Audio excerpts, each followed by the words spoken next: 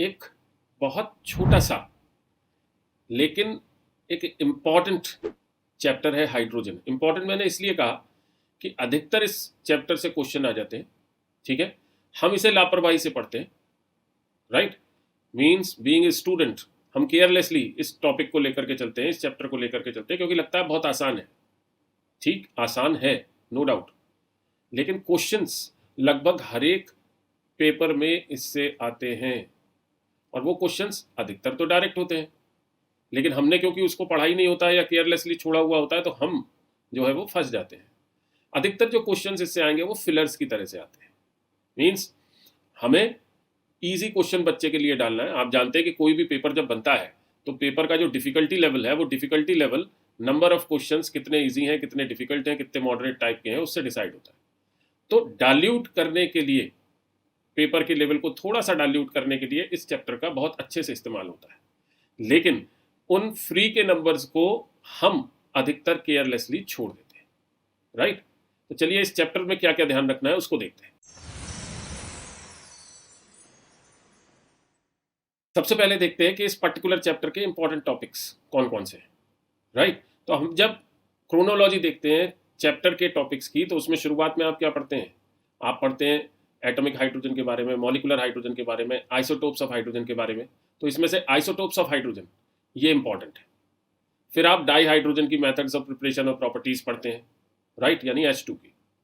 ठीक, वो एक लेवल तक इंपॉर्टेंट है क्योंकि डायरेक्ट रिएक्शंस मिल जाती हैं, राइट। फिर इसके बाद चलते हैं तो आप हाइड्रोजन से रिलेटेड कंपाउंड्स के बारे में पढ़ते हैं।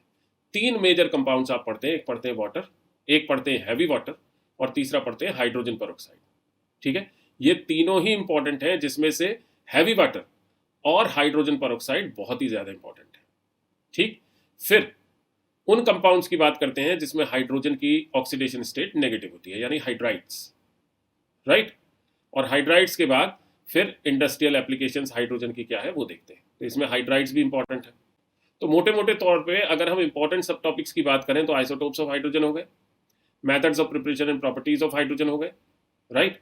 इसके अलावा वाटर को आप जनरलाइज वे में एक तरफ छोड़ सकते हैं, लेकिन हैवी वाटर और जो आपका हाइड्रोजन पेरोक्साइड है ये इंपॉर्टेंट हो गए, हाइड्राइड्स इंपॉर्टेंट हो गए, और हाइड्रोजन की इंडस्ट्रियल एप्लीकेशंस ये इंपॉर्टेंट हो, right.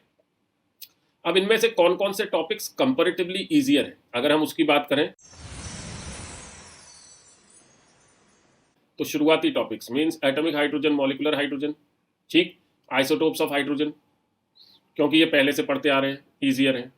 Methods of preparation and properties of di hydrogen, easier है, राइट। इसके अलावा नॉर्मल वाटर, उसकी फिजिकल और केमिकल प्रॉपर्टीज इजियर है, हमने पहले की क्लासेस में भी पढ़ी, राइट।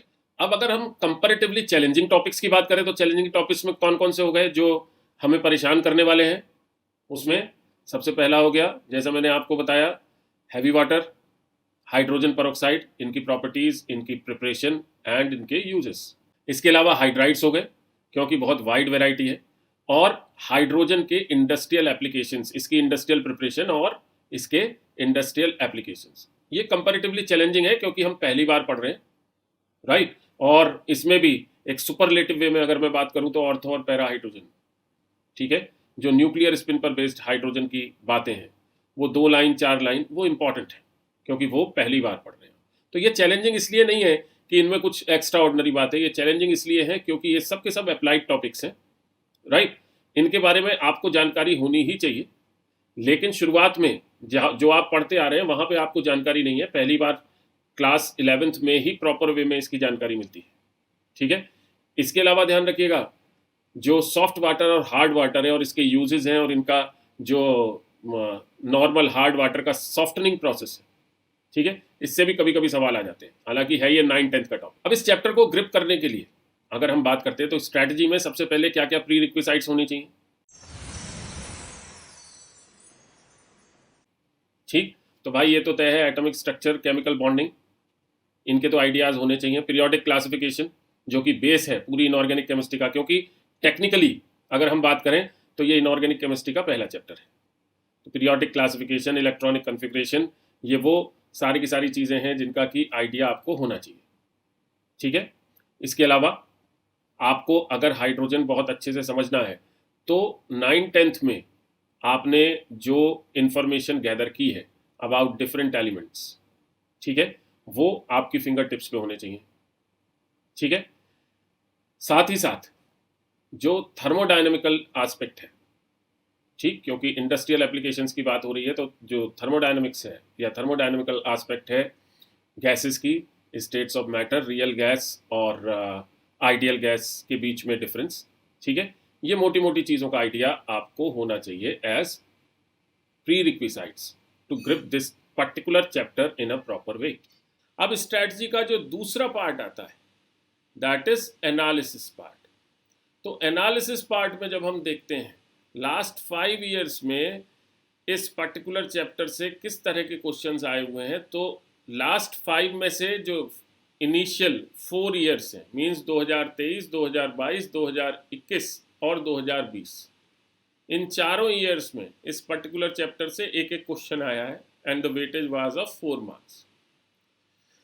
2019 में इस पर्टिकुलर चैप्टर से 2 क्वेश्चंस आए थे directly and the weightage was of 8 marks. अब एक बात समझने की है कि अगर एक एक सवाल आ रहा है तो क्यों आ रहा है। एक्चुअली नॉर्मली जब पेपर बनता है किसी भी कंपटीशन का, तो ध्यान रखिए कि वहाँ पे ना कुछ चैप्टर्स ऐसे होते हैं जिनके क्वेश्चंस फिलर्स की तरह से डाले जाते हैं, यानी वो फॉर्मेलिटी के लिए डाले जाते हैं, कंपैरेटिवली इजी होते हैं, बच्चे को आसानी से हो जाए, ठीक।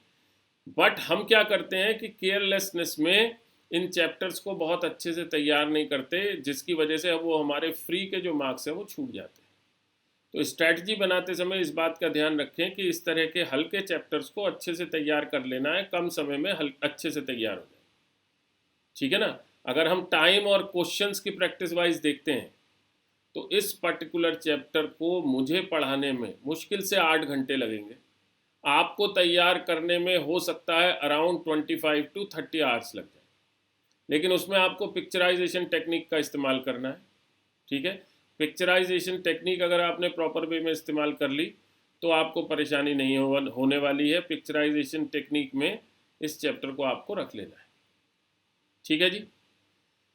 जो प्रैक्टिस क्वेश्चंस हैं वो प्रैक्टिस क्वेश्चंस इस पर्टिकुलर चैप्टर से अराउंड, अगर आपने 65 to 70 क्वेश्चंस कर लिए बहुत है, ठीक। उसमें से अधिकतर क्वेश्चंस अगर आप H2O2 या हैवी वाटर से रिलेटेड करेंगे तो आपको फ़ायदा होगा, और इस तरीके के टॉपिकल क्वेश्चंस का सेग्रीगेशन जो है ना वो एकेडजा में बड़ी आसानी से मिल जाएगा, जिसका लिंक डिस्क्रिप्शन में दिया हुआ है। आप एक ही टॉपिक पे बार बार शीट्स बना सकते हैं जिसमें हमेशा आपको डिफरेंट क्वेश्चंस मिलेंगे। इसके अलावा जेई चैप्टर वाइज बुक्स तो आप, नीट चैप्टर वाइज बुक्स तो आपके पास है ही हैं, ठीक है।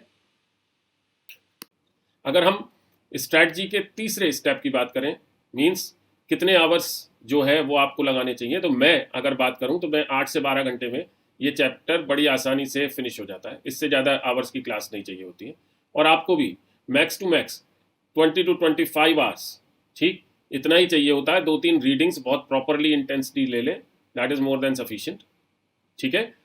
उसमें भी जो इंपॉर्टेंट पोर्शंस बताए हैं उनको ज़्यादा अच्छे से तैयार कर लें, ठीक। पहली बार प्रिपेयर करने में आपको अराउंड 15 to 18 आवर्स लगेंगे, बाकी 2 बार में कंपैरेटिवली आपको ईजियर लगेगी चीज़, ठीक है जी। जहाँ तक प्रैक्टिस क्वेश्चंस की बात है, 65 to 70 questions are sufficient, most of them must be conceptual. अगर न्यूमेरिकल क्वेश्चन आएंगे भी तो अधिकतर हाइड्रोजन पेरोक्साइड की स्ट्रेंथ पे आएंगे, ठीक है। इसके अलावा कोई बहुत खास न्यूमेरिकल्स नहीं आते।